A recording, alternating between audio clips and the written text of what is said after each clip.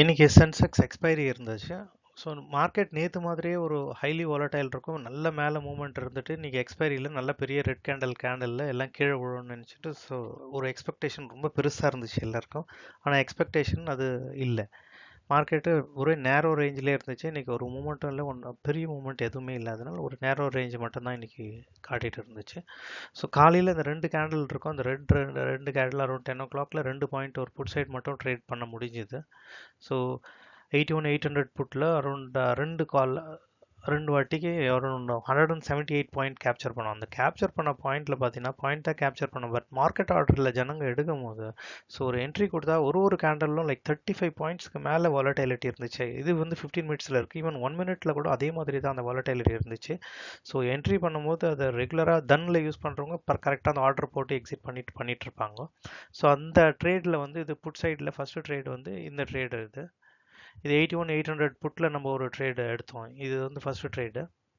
So மார்க்கெட்டில் இன்றைக்கி பார்த்தீங்கன்னா நேற்று மாதிரி இன்னும் வரும்னு நினச்சின்னு எல்லாரும் பிளான் பண்ணிட்டு, பட் காலையில் நம்ம இதுக்கு தெரியல இந்த situation is going to happen. அது காலையிலே நம்ம ட்ரேட் ஒரு 9:30 முடிச்சுட்டு இருக்கோம். அட்லீஸ்ட் அந்த ரெண்டு கேண்டலில் ஓரளவுக்கு புட் சைட் மூவ்மெண்ட் இருந்ததுனால நம்மளால் கேப்சர் பண்ண முடிஞ்சது.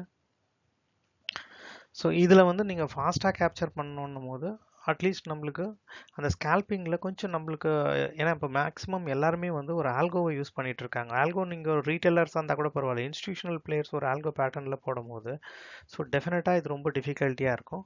ஒரு ரெண்டு ட்ரேட் எடுத்தோம் இன்றைக்கி. 81,800 புட்டில் ஒரு ட்ரேடு. பட் இந்த ப்ராப்ளம்னா எக்ஸிட் பண்ணும்போது ஸ்லிப்பேஜ் நிறைய இருக்கிறது. இவங்க மார்க்கெட் ஆர்டரை யூஸ் பண்ணாத தன்னாக இருக்கும். சில பேர் கொஞ்சம் நல்லா ஈஸியாக எடுக்கிறதுக்கு வாய்ப்பு இருக்குது. ஸோ இந்த ஃபர்ஸ்ட் ட்ரேடில் ஸோ வி காட் அரௌண்ட் ஒரு 52 பாயிண்ட்ஸ் கிட்ட இந்த ஃபர்ஸ்ட் ட்ரேடில் 41,800 புட். பட் கேப்சர் பண்ணும்போது இது second trade we took at around 10:06. But maximum பார்த்தீங்கன்னா இந்த என்ட்ரியில் கால் வைக்கிறத பயப்படுறாங்க. ஏன்னா எவ்வளோ ஃபாஸ்ட்டாக இருக்கு பாருங்க. இந்த செகண்ட் ட்ரேட் வாஸ் லைக் ரொம்ப ஃப்ரீக்காக இருந்துச்சு. ஸோ இமீடியட்டாக இது என்ட்ரி பண்ண முடியாது. டெஃபினட்டாக இது கம்மியாக தான் பாயிண்ட் பிடிச்சாங்க. பட் மூவ்மெண்ட் ஜாஸ்தியாக இருந்தது. இப்போ நம்ம ஒரு இந்த கேண்டில் வந்து 128 பாயிண்ட்ஸ் இருந்துச்சு.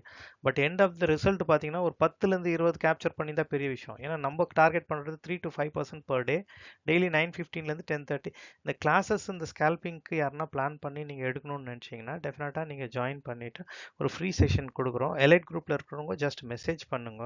So we will provide you a scalping session such that ஏன்னா என்ட்ரி சொல்லி கூட நீங்கள் எடுக்க முடியலன்னும் போது கொஞ்சம் டிஃபிகல்ட்டி இருக்கும் போது டெஃபினட்டாக we have to help it out. கொஞ்சம் மெசேஜ் பண்ணுங்க இண்டிவிஜுவலாக. ஸ்கேல்பிங்கில் ஒரு 10 பேருக்கா நம்ம எலைட்டில் இருக்கிறவங்களுக்கு 10 மெம்பர்ஸாக we will give you a session and then we will plan it accordingly. Real trade எடுக்கிறவங்களுக்கு ஃபஸ்ட்டு ப்ரிஃபரன்ஸ் கொடுக்குறோம், மீதி பேருக்கு அப்புறம் கொடுக்கலாம். But how to take a trade and all those things we are going to help it out for you. Thank you.